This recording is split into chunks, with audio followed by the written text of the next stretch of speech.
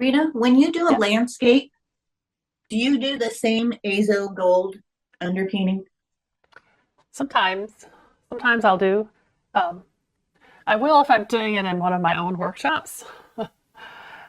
But when I'm doing landscapes for myself, I'm kind of all over the place. I don't really have a set method. So I'll try like different kinds of papers, different kinds of underpaintings or no underpainting or whatever. I'm really experimenting a lot with landscapes. But you can definitely you can do pretty much any subject matter with this underpainting method or any other kind of underpainting method that's similar. So Okay. one thing I do, one thing I do um, feel strongly about is getting the values down early. Like if you're Yeah. gonna underpaint, basically to my mind, that's like the main reason to underpaint is to get the values. Um, some people just underpaint with color, just whatever. But still, if you're gonna do that, I would say get those values in where you want them. Okay. Don't underpaint light somewhere with what is that's gonna be dark. Or, you can underpaint dark. You can always underpaint darker than it needs to be. But with pastel, anyway, it's it's it doesn't come out as nice, I think, if you are too light with your underpainting, where you're gonna need something dark. Of course, the exception is as long as it's a mid-tone like this. I'll probably be saying this later on too, but as long as it's the mid-tone, like the terracotta primer is a mid-tone, doesn't get very dark. But that's as dark as my underpainting is going to get because I'm not using anything darker on there for the underpainting. But When you're so doing like a black, an animal with black, do you use the ultramarine blue? sometimes, sometimes I will. Sometimes I'll use that on top of the terracotta. It makes a nice, rich, deep color. But I go back and forth with it. Lately, I'm not liking it as much, so I'll just use the Okay. black. I'll just use the black art spectrum. Mm, okay. Anything dark will work. Um, they both have their pros and cons. Good to know. Rita. Yes. So one thing I get value if we're talking about black and white, right? I get value, but key, I don't understand key. Uh, Key. I'm Key not is sure if I understand key either. what you know. You've talked about key. Oh, I see. High key, low key. Yes. Uh, And so will you that's tell me how okay. to do Okay, that's basically if you're in relation to the entire painting, and you have. I guess that's why they use the word key because it's like a key to the value range of the entire painting. So if you have a painting that's high key, so to speak, then all of the values in the entire painting are light values. Oh, Are okay. no dark values. If you have something that's low key, then all the values in the entire painting are dark values, like below a certain point. Okay. Okay. That's That another makes reason. Yeah, that's another good reason to arrange your palette by value. So okay. go from like light to dark, Okay. and that way you know where all your light values are and how light do you want it to be, or Yeah. how dark do you want it to be. You go, one way or the other, and you don't have to like hunt and peck for, different values all mixed up. You know. Uh-huh. Okay. All right. Great. Thank you very much. That's very Yeah, helpful. Very sure, no helpful. problem. Do you use an air filtration system? Not Do really you a worry about? system. I do have an air cleaner over here. Probably needs a new filter. I haven't worried too much about it yet. I have considered some of the better air cleaners, but I need to get more reviews on them as far as like how noisy are they. Yeah. And Yeah. I can see the value of the kind of the air, what is it called? Artist air, where it has a thing that sits on the easel and Yeah. sucks the dust into it. I don't know if I get used to that. For one, I think I'd need a better easel because this easel is really crappy. Yeah. super old, and it's just like it's getting like hard to move up and down.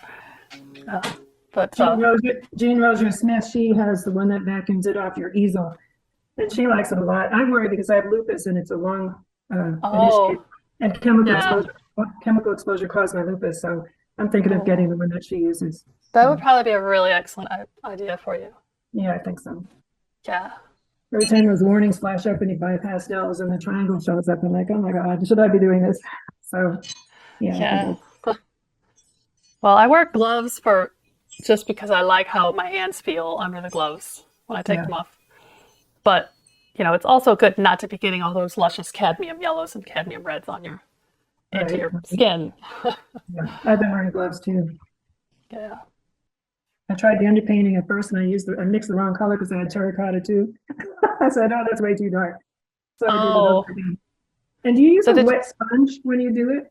Is it a wet sponge? I don't use a wet sponge when I prime the board the first time. I just use a, Just dry? a sponge. Okay. And I don't use a wet sponge for most of the underpainting. Okay. Most of the underpainting is a dry one, but a lot of times it'll depend on like your relative humidity where you are. If you have a really dry air, your primer might dry out quicker. Yeah, really And quick. to dampen the sponge a little bit might be helpful. Just Yeah. I say I mean, there are no hard and fast rules. Just whatever is going to work for you, yeah. do the job. It was pastel matte, so maybe it absorbed it quickly. Maybe, yeah. I don't think I've used pastel matte with this I'll let you know primer when it turns underpainting. out. Yeah, I'm really fascinated with your style and the way that you get what you're doing with a sponge. It's amazing. It's really yeah. beautiful. Well, the sponge, I'm on like my third year of working with the sponge. So, you pick up the sponge and start using it. After about 3 years, you'll probably be as adept as I am. And really, if I had been doing this with brushes, I might have gotten to this point also, but I'd also be cleaning a lot of brushes, which, I hate taking the time to do anything that doesn't need to be done. I'm all about saving time. Can you wash and reuse the sponges?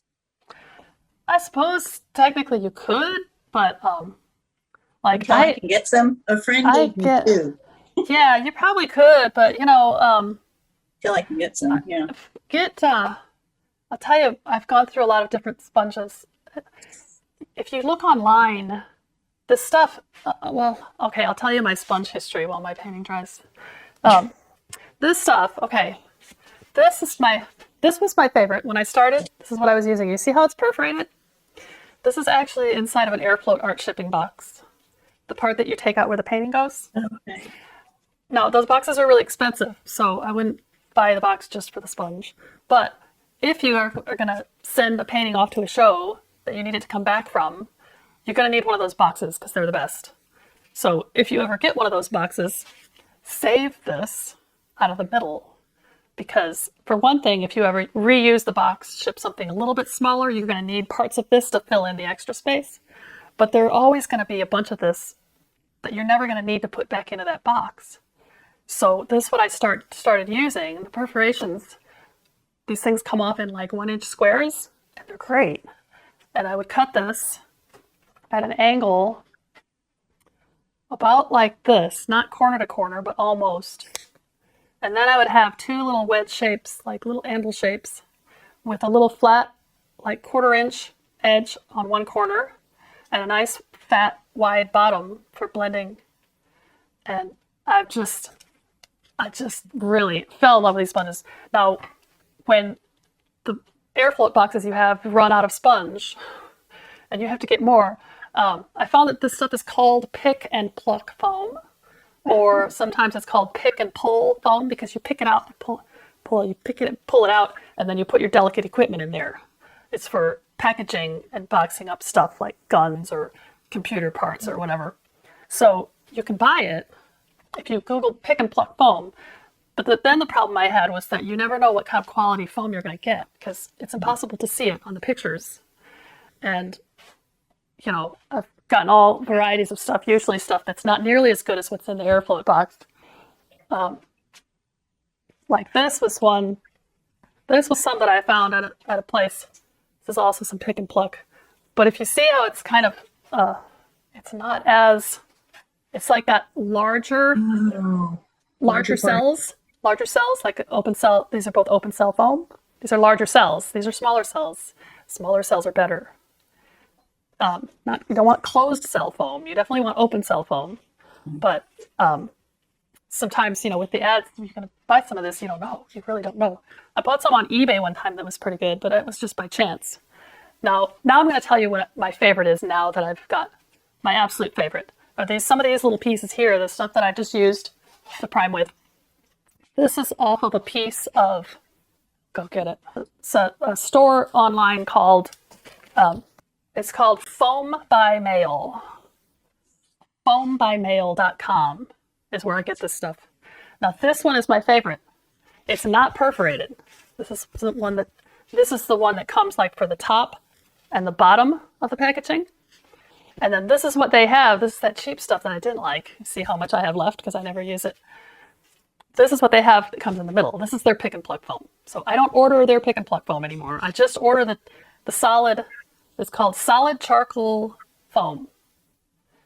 And you can get it in like whatever size you want. You can custom order your size. So I get like maybe a 16 by 20 piece, 1 inch thick. And then I'll just slice this into rows and then chop it into the little wedge pieces that I want. And it's great. It's even firmer than the stuff from the airfloat box. This I like for larger paintings when I'm going to start off and I want to get some loose strokes. This I really like for detail work, small paintings. This is awesome. It gives really good control and really good. It lasts. But still, a piece like this is still only like $5. So, Oh, thank it's you. gonna last a long time. So that's my Awesome. foam Thank you source. so much. Sure. Yeah.